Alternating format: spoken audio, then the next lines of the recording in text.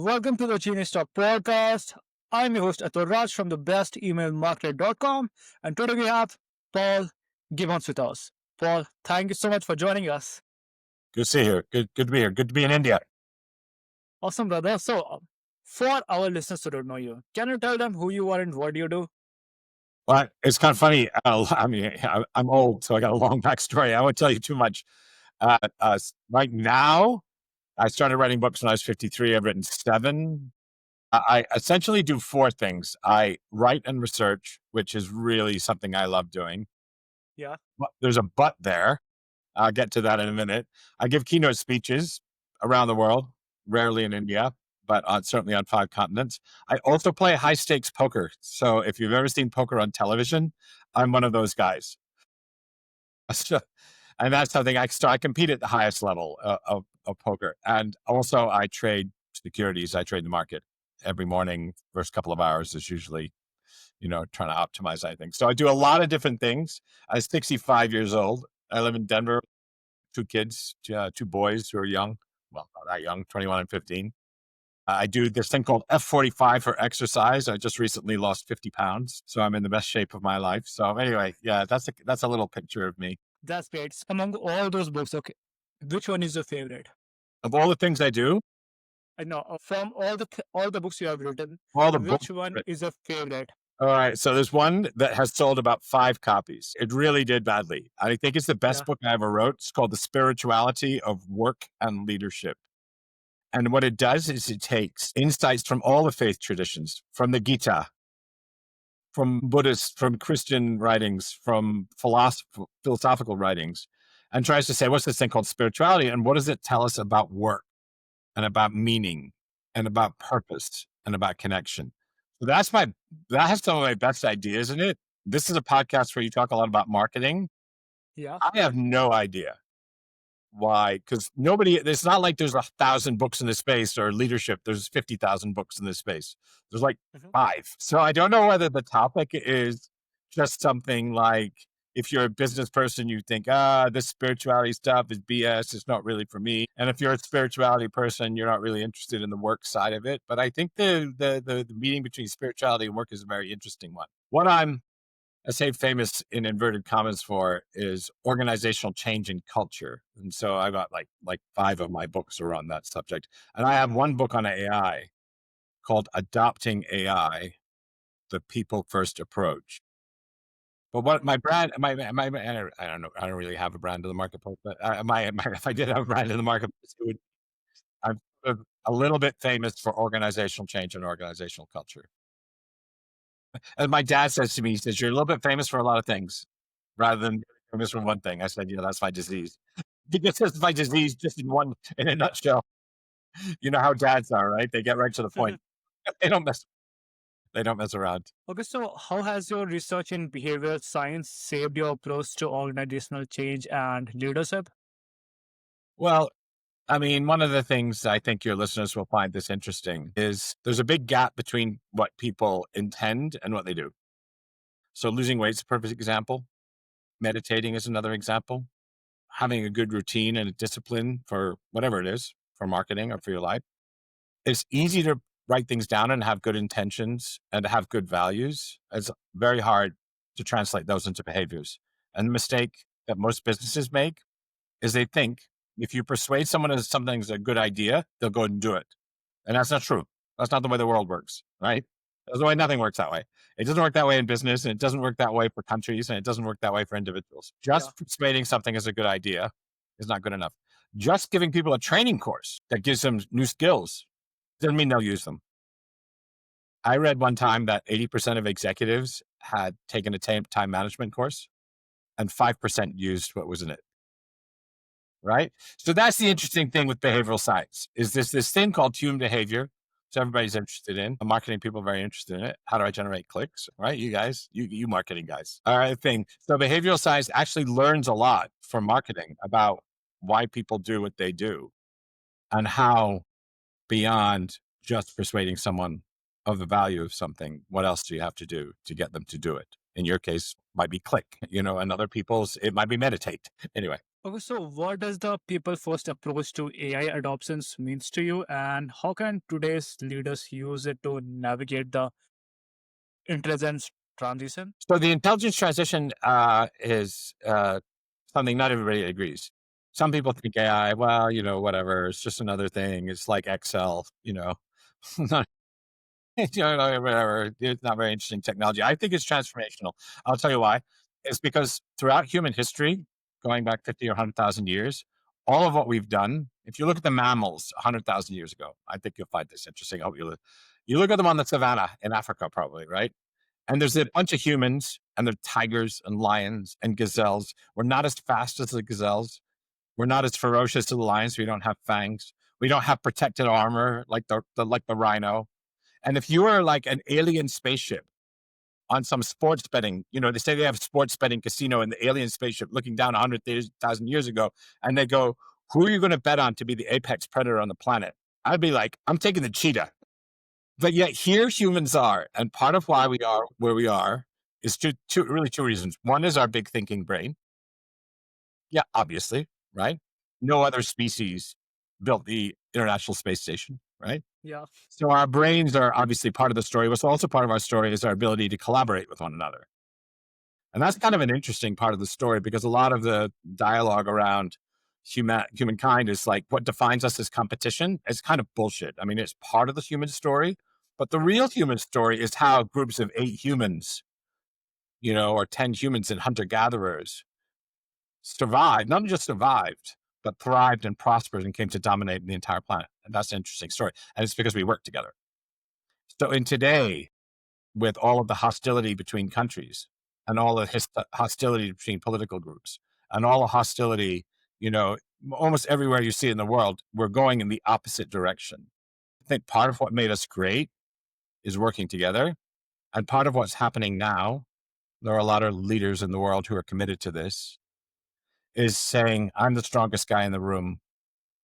I'm going to do exactly what I want. And you guys can go screw yourself. And that's not the noblest human thing to do. yeah. And it also doesn't work.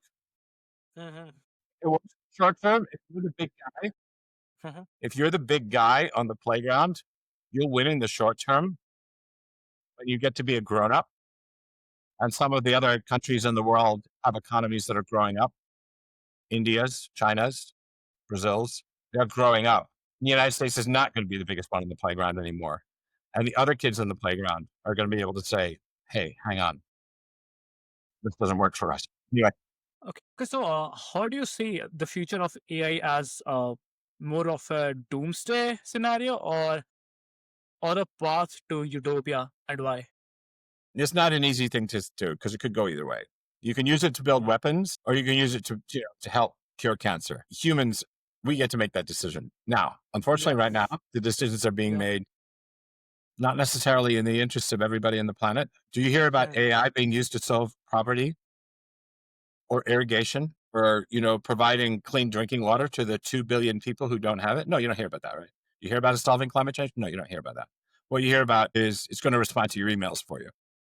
Yeah, Terrific. Yeah, whatever. And so, unfortunately, most of the interesting stuff now, well, I said not the interesting stuff. A lot of the uses now, we're talking about commercial use cases. I'm inspired by the non commercial use cases where it could do some good for human beings, which is why the subtitle of my book, Adopting AI, is a people first approach. Like, let's use it to make the world better for people. And having an email, these commercial, consumer use cases, yeah, to make your life a little bit better. But I'd rather make everyone's life a lot better. And yeah, so that's what and that's why I called it the people first approach. Also, when it comes to using it in business, the problem is in the technology. The technology is very powerful already. It's much more powerful than businesses need. Current yeah. LLMs are extraordinary. The problem is when the LLM, I'm using LLM in quotes, right? It's more common. It's not just an LLM, it's other stuff. There's agentic AI. But when this technology hits human systems, human mindset, human leadership, human culture, human processes, when it hits the real world doesn't say, oh, we've been waiting for you. Welcome in. Here's what, it doesn't work that way. So one of my favorite images from one of my talks is you have Einstein, picture of Einstein, and you have a bunch of guys digging a ditch, right? Huh? And Einstein says, "How can I help, my bros? What's up? How can I help?" And it's a stupid thing, right? And the reason it's kind of funny is it's stupid because a Yeah. lot of organizations are thinking, "Oh, and I'll take this team of 5 people and I'll replace one of them with AI." Not so many are thinking like that anymore, but that's a way of thinking about it: is how do I Mhm. eliminate jobs and replace them with an AI, right? But it's kind Yep. of stupid. What you're doing when you do that is you're handing AI a shovel, handing Einstein a shovel. Like it's not good. He's not very good with a shovel, and it's not really, a full use of his capability. And so what agentic AI requires, which is really incredibly difficult, is Mhm. redesigning work throughout that team and sometime across multiple teams, is redesigning the flow of the work and looking where intelligence can automate or expand or enhance that. And it's not that easy. Believe me, it's not that easy because, there are many, many reasons for it. Maybe I won't go into those now. So it's interesting. You can I'm go. not a marketing guy, so that's really something that has been to my enormous cost. Some people, my passionate fans, think my book on organizational change is one of the best 5 books ever written. It doesn't Yeah. sell. It doesn't sell like that. My book on spirituality and leadership is the only one like it. Probably, it's probably the best. There are people who would say it's the best. So I'm really pretty terrible at marketing because this is kind of a childish sentiment, thought Mhm. to myself that ideas should stand on their own merit. So for most of my career, I've been a public intellectual, written books, people love them, thousands of students, rooms full of CEOs that I've spoken to and everything like that. I do no marketing, or until recently. I've never, ever, ever done anything. That I built a business that was one of the fastest growing consultancies in the world. We grew 70% a year. We did no marketing, zero marketing. But having good ideas only gets you so far. It's like that thing we said about behavioral science. It's like good ideas, like whatever, right? They only get you so far. And that's true with me. Unfortunately, I'm not proud of it because it's kind Mhm. of a childish sentiment, I think, is that, you know, people will discover me if I just sit here and think great thoughts. You understand what I mean? I don't know if this is making any sense to you. You know what? I'm curious to know, like, how did you grow your company 70% per year? I mean, I start small. I'm not in video, right? But for a leadership consulting firm, Mhm. 50 people is very big. It's a very, very, very difficult business to scale because what you're doing is selling hours. You're Mhm. selling programs, and our programs were very, very expensive. There aren't that many customers around, but we grew 70% a year from, like a couple $100,000 in revenue to like $5 or $6 million in revenue in like 5 years. That's about Mhm. 70% growth rate. Yeah. And then I sold the business. I was married. My wife was in the business there. And when we divorced, Mhm. she got the business and I Mhm. became a professor. She got the good stuff. Well, I got some good stuff too. Yep. You become So the marketing is, professor. marketing has really been a weakness for me Mhm. my whole life, and certainly my career as a writer. Mhm. I like to think of the world in this way, right? There are people with amazing ideas nobody's ever heard of, and there are really, really, really famous influencer type people who are kind of stupid. Yeah. Yeah. I agree with you. I agree with you. You feel me, right? You Yeah. feel? Yeah. Yeah. Yeah. And so, if you look at some of the stuff that passes as leadership wisdom in the world, they're talking out their backsides. Mhm. But yet they're tremendously charismatic and good looking. There's one guy called Simon Sinek, right? Yeah. Good Yeah. guy, a great storyteller. He hasn't had an original thought ever, Mhm. but he's so good at packaging and marketing. Yeah. And there are very, very, very few people in the world who are both great thinkers and great marketers. I don't know if you'd agree with that. I agree with You're you. gonna, you're gonna offend some people here if you say yes. I can say it. You can't say it. I agree with you. Yeah. Anyhow, that's kind of my marketing story. So I'm using AI a lot now to help me with my deficiencies because God knows I'm deficient at marketing. So is that helping you? Well, just sort of started. I played in the World Series of Poker this summer. I came very close to winning $10 million. Wow. I came 30th, and I came 30th in a tournament where No. first was $10 million. I came 10th in a tournament when first was $750,000. I came 10th. Like I came awfully close to some stupid money Yeah. in poker. And then when all of that was done, Because when I'm Mhm. doing that, I'm playing 12-hour days and I'm playing every single day, right? I'm working 7 days a week. I'm playing 12-hour, 14-hour days some days. It's really taxing. It's really exhausting. All that finished in August. And then you wake up in August and you say, okay, what am I going to do for the rest of the year? It's the luxury you have of working for yourself, right? Yeah. Is like, okay, what am I going to do now? Do I want to write another book? Well, the books I've written already don't sell many copies. So, okay, so maybe not that. What should I do? And I have discovered something called Substack, which I know people are going to go, yeah, yeah, whatever. I've been on that for 5 years. But Mhm. when people first told me about Substack, I'm like, I don't want another platform. Are you kidding me? Between LinkedIn and Facebook and Instagram and TikTok and all the other bullshit out there, I barely have time for those. I hate Yeah. LinkedIn, which is supposed to be the one for professionals. Such nonsense on it. Now it's polluted with ads. It's polluted with influencer types. The content you see isn't curated, so they just fire some slop at you and Mhm. everything like that. But Substack provides curated content. You decide what kind of content you like and who you want to follow. It's ad Mhm. free. And actually, what I'm finding is the people on there are really smart. On Substack. Yeah, I think they're really, really the level of commentary is much, much higher. I'm shocked. I'm shocked. I have never said that about Instagram. I've never said, "Oh, that's boy, that's brilliant," and Mhm. I've never said that about LinkedIn. It's like, "Wow, that's a fascinating idea." Never, ever. And I'm on Substack, and I find the level of commentary is just much, much higher. So for many, many reasons, I think I found a home. And so I'm going to work really hard to try and build my Substack presence. It's called Think Mhm. Bigger, Think Better, by the way. Here we go. Let me get a pitch. Think Bigger, Think Better. Paul Gibbons on Substack. Brand new. It's been there 2 weeks, but I'm really excited about making it. I'm really excited about sharing some ideas that I don't think people have heard before.